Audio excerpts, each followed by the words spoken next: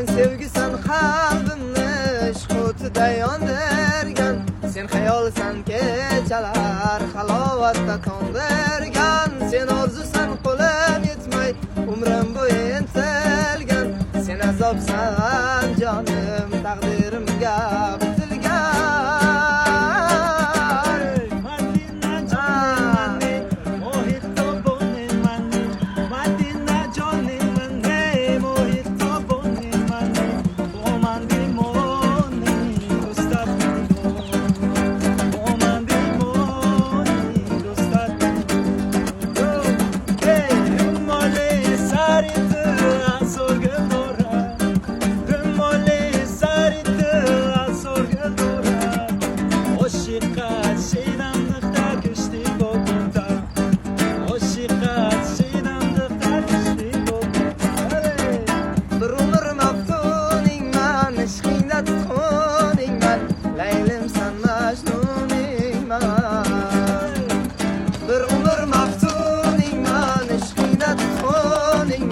Laylim